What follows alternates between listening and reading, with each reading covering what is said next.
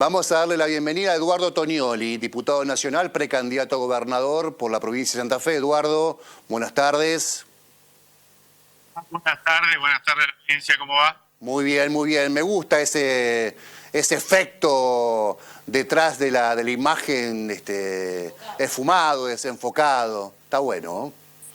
Tengo algunos compañeros acá en el asiento de atrás y, bueno, para no molestar a la visual. ¿Están con pedido de captura que no se los puede tomar?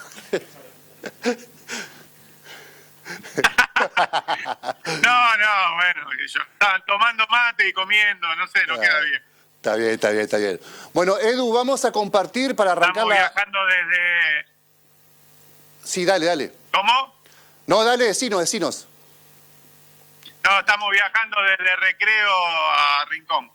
Ah, muy bien. Acá en el departamento de la capital.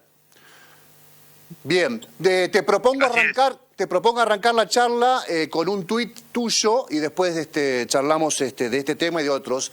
Vamos a poner en pantalla lo que tuiteó Eduardo Tonioli hace pocas horas, pocos días, tras la represión en Jujuy y los tweets de apoyo tanto de Lozada como de Puyaro, precandidatos a gobernador por el Frente de Frentes, que ustedes saben, se habían dicho de todo anteriormente. Bueno, Lozada apoyó a Morales con la fuerte represión en Jujuy y Puyaro lo mismo, ¿no? Ahí están los tweets de uno y de otro y la respuesta también de Eduardo, que ahora vamos a ver, que dijo, a estos dos le pones adelante una maestra para paliar y se les terminan las diferencias irreconciliables. En principio está bueno como disparador para hablar de una situación que hay bastante consenso. Me parece, si se lo ve objetivamente, que hubo una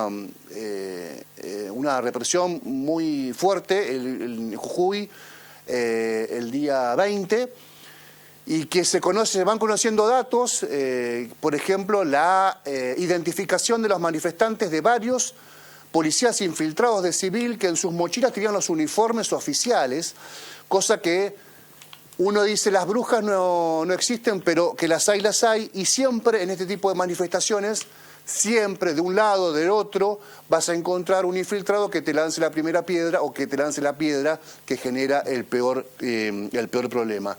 Pero en términos generales, ¿cómo ves la respuesta de la política a lo ocurrido en Jujuy, Eduardo? Bueno, a mí me preocupa mucho la respuesta de la política, porque vemos cómo, en base a alineamientos casi estancos, ¿no es cierto?, y a veces forzados en su sobreideologización, se termina avalando prácticas totalmente contrarias al Estado de Derecho, ¿no? No hace falta agregar mucho a lo que decía con respecto a la forma que tiene el gobernador de Jujuy, Morales, de abordar la protesta social y algo que no es nuevo, ¿no es cierto?, que es la represión por afuera de cualquier tipo de acuerdo con el Estado de Derecho. Y puedo dar fe de eso porque he estado en contacto con compañeros y compañeras, no solo de mi espacio político, que es el Movimiento Evita, sino también de la agrupación Hijos, organización en la que milité muchos años, que han sufrido detenciones, ambas organizaciones y muchas otras,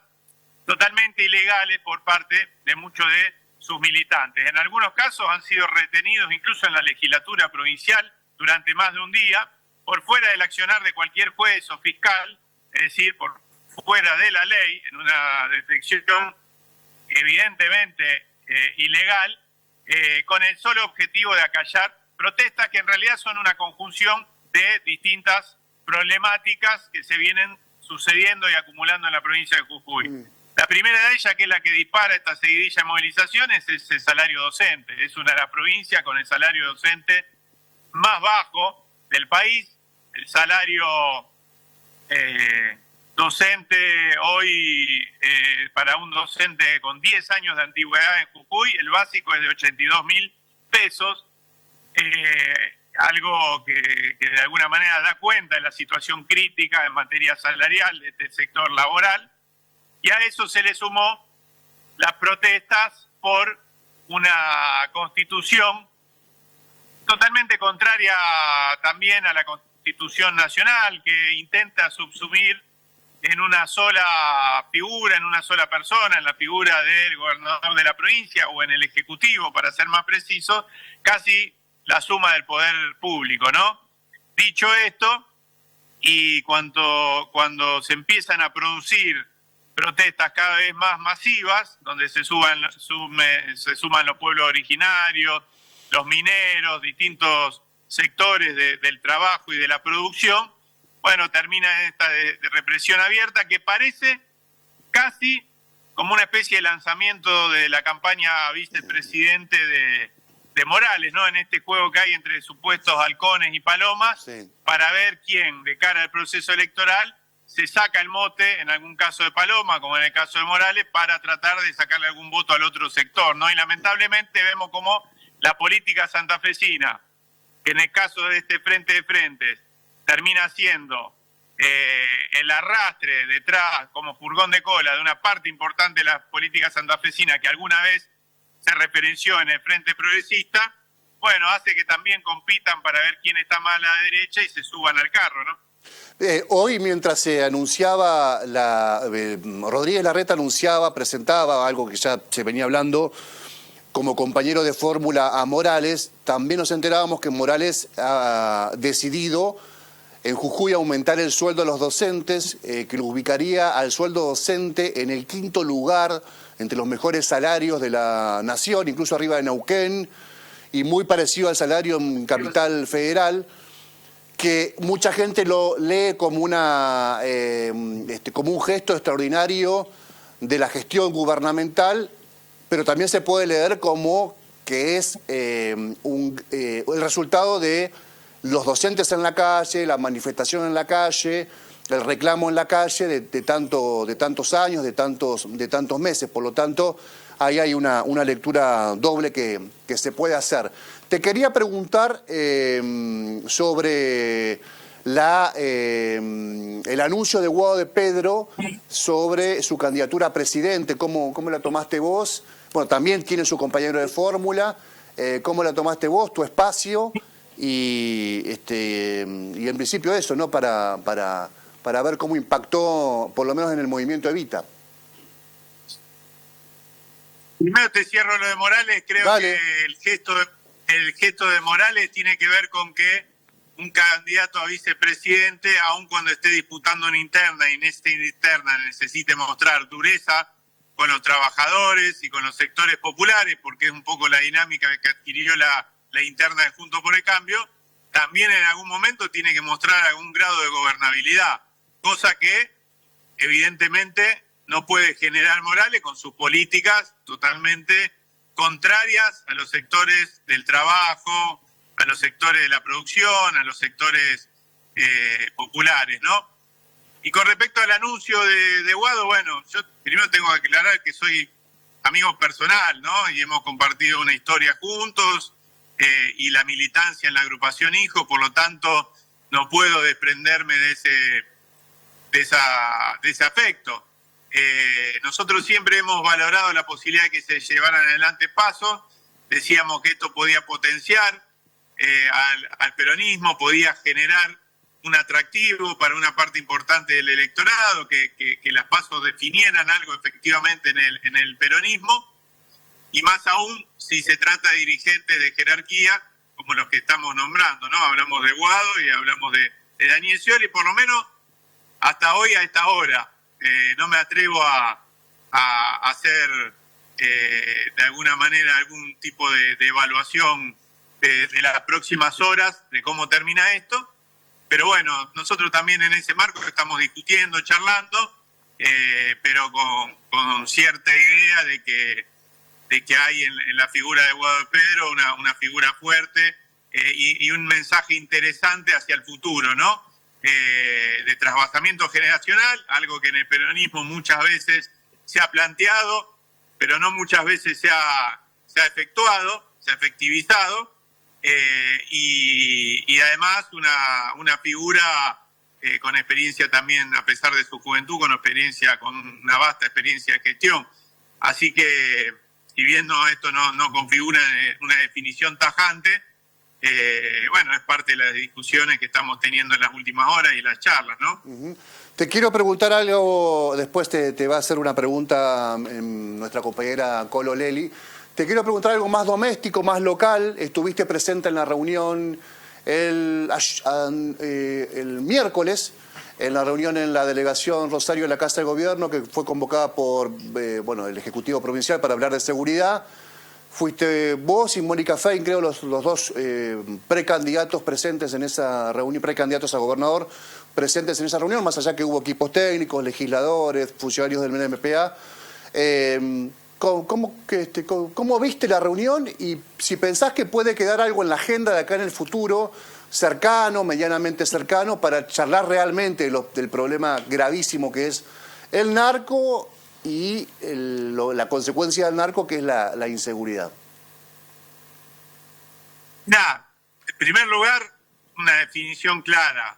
Esta reunión es, a todas luces, la expresión más clara del fracaso de la política de seguridad de Omar Perotti.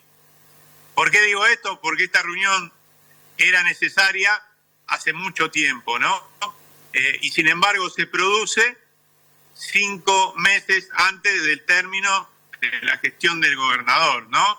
¿Y por qué digo que era necesaria mucho tiempo antes? Porque las reformas que necesita la provincia de Santa Fe, que son reformas profundas de la policía provincial, entre otras, también de la justicia, y políticas también que tienen que ver con la pacificación de los territorios, con inversión pública, en materia de urbanización, en materia de educación, etcétera, requieren de un amplio acuerdo político. Y cuando digo acuerdo político no me refiero solo a la fuerza política con representación parlamentaria, que son necesarias porque para aprobar muchas de estas reformas necesitas la concurrencia de esos sectores, sino también un fuerte acuerdo de la sociedad civil y de sus instituciones, porque puede suceder, y a las pruebas me remito con lo que ha pasado, que una reforma de esta característica tenga resistencia al interior de la política, ¿no? Entonces se necesita también empujar de adentro y de afuera de las instituciones. Ahora bien,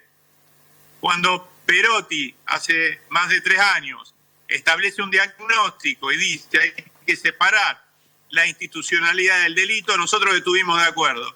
Cuando mandó los 3 proyectos de ley para una reforma ambiciosa del sistema de seguridad pública, nosotros también estuvimos de acuerdo. Ahora bien, entre una oposición con el puyarismo, el socialismo, el PRO, los bloques, otros bloques menores de oposición que cajonearon esa iniciativa en la legislatura provincial, particularmente en la Cámara de Diputados, y un oficialismo que tuvo una política de seguridad sinuosa, cambiante, que empezó diciendo que había que tener mayor conducción política de la fuerza de seguridad y terminó con el penúltimo ministro siendo un comisario, ¿no? En una flagrante contradicción entre estas dos políticas. Bueno, entre esas idas y vueltas, tampoco el oficialismo terminó empujando esas leyes, y es más, la dejó caer el Estado parlamentario de esas 3 leyes.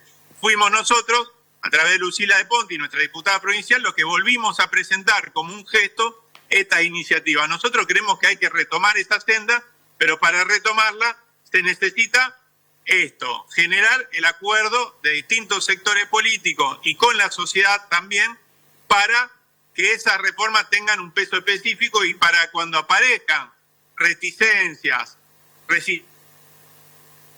corporativas, haya de alguna manera una opinión pública y una opinión política ordenada alrededor de la necesidad de este planteo. Entonces, en ese sentido, para nosotros es el fracaso porque llega tarde. Alguien puede decir, más vale tarde que nunca, pero bueno, hoy lo que nos queda discutir es qué pasa en estos 5 meses.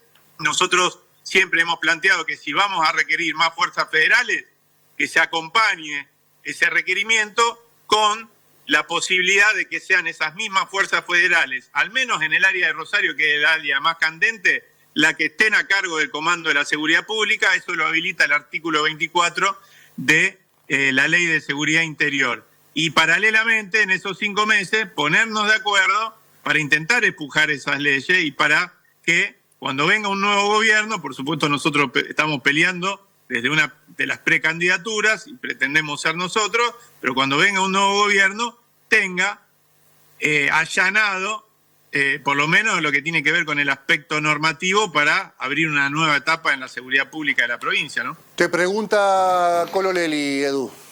¿Qué tal? Sí. Buenas tardes, diputado. ¿Cómo le va?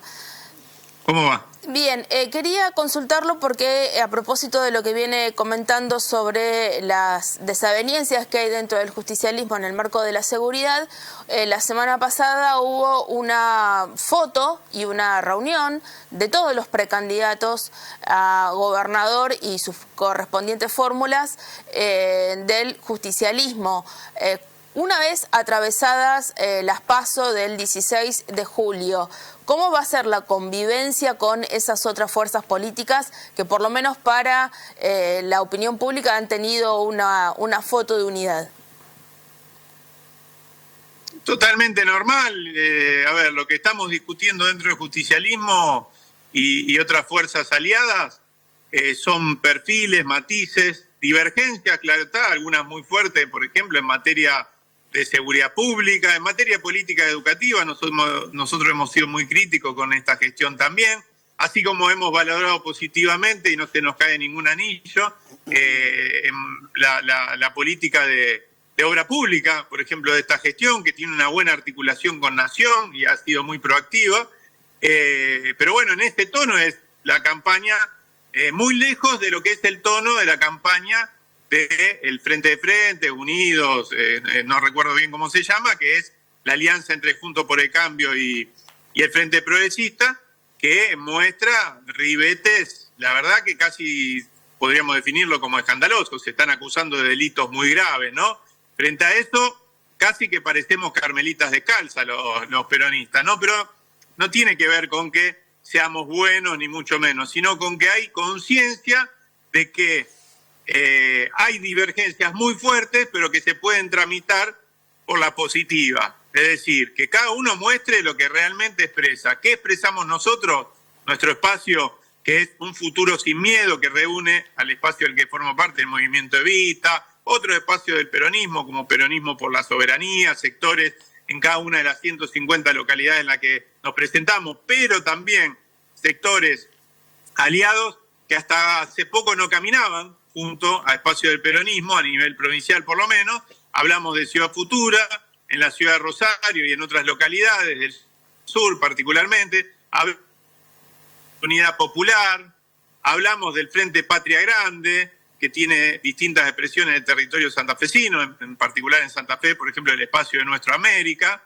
Es decir, espacios que hasta hace poco no caminaban junto al espacio del peronismo, pero que coincidimos en la necesidad de generar una alternativa política que amplíe, que quepa con los compartimentos estancos y que frente al desafío que abre este escenario en el que se construye ese frente de frentes, que es un frente conducido por ideas que tienen que ver fundamentalmente con el ataque a lo público, el ataque a la educación pública, a la salud, el ataque a los trabajadores y trabajadoras del Estado, claramente, como lo vemos en cada uno de los discursos que proponen, etcétera, cosa que hace que nos sorprenda que quienes hicieron o construyeron una trayectoria política desde el socialismo, por ejemplo, fundada en la defensa de lo público, de la salud, de la educación pública, etcétera, se hayan rendido y hayan tirado todas las banderas por el piso para alinearse, para ir de fugón de cola de ese espacio. Pero frente a todo eso, nosotros lo que dijimos es: el peronismo no puede encerrarse en las cuatro paredes del partido. Lo que tenemos que hacer es abrir bien grandes los brazos y construir una alternativa que le permita a los santafesinos y santafesinas que tienen vocación por construir una provincia no solo rica como la que tenemos, sino además mucho más justa, tengan una plataforma, tengan un espacio al que acompañar con el voto y del que participar, porque está abierto también a la participación, ¿no? Eduardo, gracias por tu tiempo. Un saludo grande, te esperamos por acá en cualquier momento. Gracias.